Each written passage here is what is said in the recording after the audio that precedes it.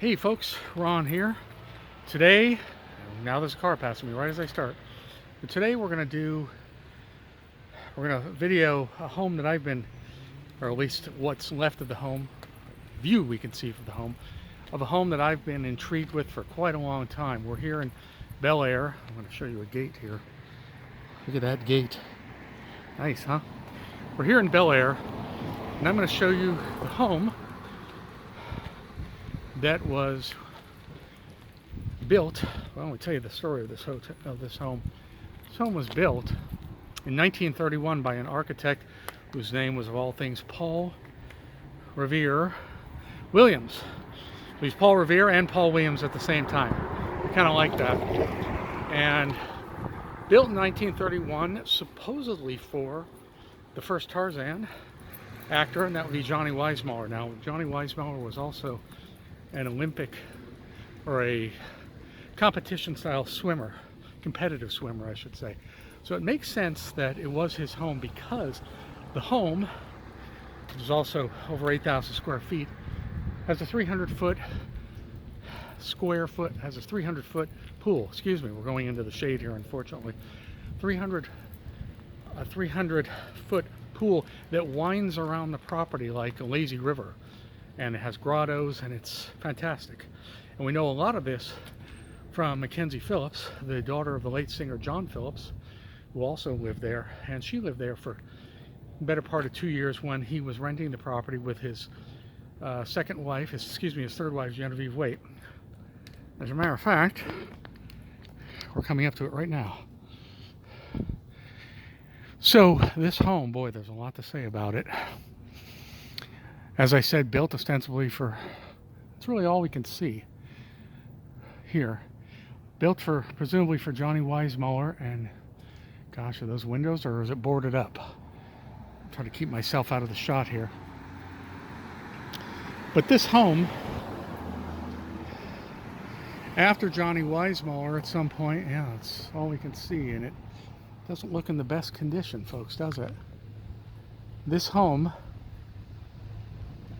was sold, supposedly, let's see if we can get a better view than this. This home was sold, excuse me, they're doing construction here, so there's a lot of action. Purchased by Howard Hughes for his mistress, Marion Davies.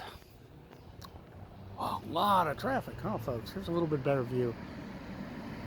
Now, later on, it became, we're talking about 20, 30 years later, it became, it was a Maserati that just passed us, probably a local resident. The home became quite the fare for rock stars. Mick Jagger lived there with Bianca probably around 1971, before they got married, at the advice of John Phillips, who became aware of the house. John Phillips, who started the Mamas and the Papas, lived there. Then after Bianca and Mick Jagger moved out, John Phillips, with his, as I said, his third wife, let's spin around here for a minute. John Phillips, with his third wife, Genevieve Waite, South African actress, moved in, and from 72 to 74, and they rented it. And boy, that was quite the story, because we have a pretty detailed account. John Phillips is now dead, but we have a detailed account from his daughter Mackenzie Phillips, actress, from One Day at a Time, and she said, it was sex, drugs, and rock and roll all the time. And when she was only a teenager, a pre-teenager, and then eventually John said that he and his wife Genevieve were going to New York to work on a play, a musical they were doing, which later became the disastrous musical called Man on the Moon. It was called Space before that. I think it did one performance on Broadway and it was closed. But they said they were leaving, they were going to go, and they were leaving a couple of their friends to watch Mackenzie and the son of John and Genevieve, Tam, and they just never came back. And they were supposed to be gone a week, and they never came back. And they even said, John Phillips later said, we kind of forgot about our California life. But anyway, the bills were mounting up. The pool was empty. Nobody was paying the bills. And at that time, the rent was $3,000 a month. So that's 1974. So what would that be now? $30,000 a month? I'm sure even a lot more. So with no one to pay the rent, the owners of the house came by, and actually Mackenzie was in school that day. And in fact, her aunt wanted it that way so she wouldn't have to see them confiscating their possessions. They were confiscating their possessions because they couldn't get the rent. And not all of them, but some of them.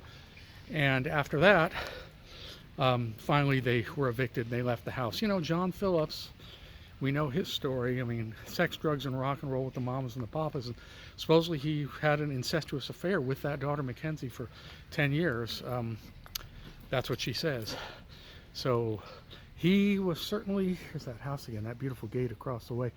John Phillips certainly loved to live the high life. Now, even though he couldn't afford it.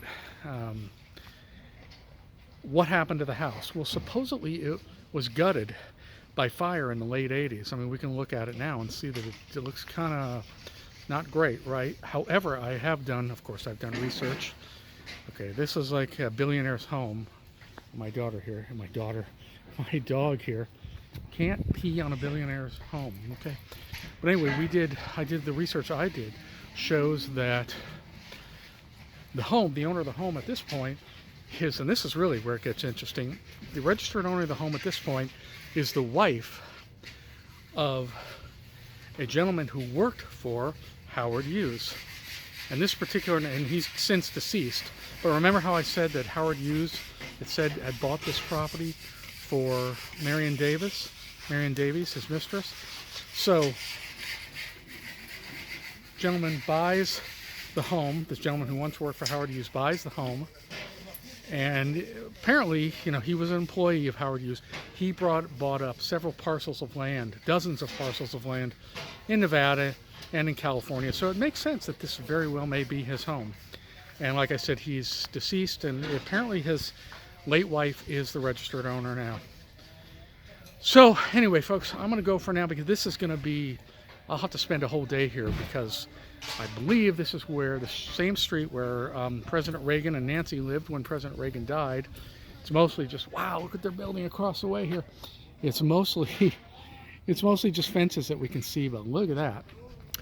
It's going to take a while to build that sucker, huh? But anyway, there's a lot of history here and that you would like to see, and I would certainly like to see, and I will. But let me do my research first, and then we'll come back to this road in Bel Air, from beautiful Bel Air, California. Okay, folks, my name is Ron. I've really enjoyed it. And please, if you like my channel, please subscribe.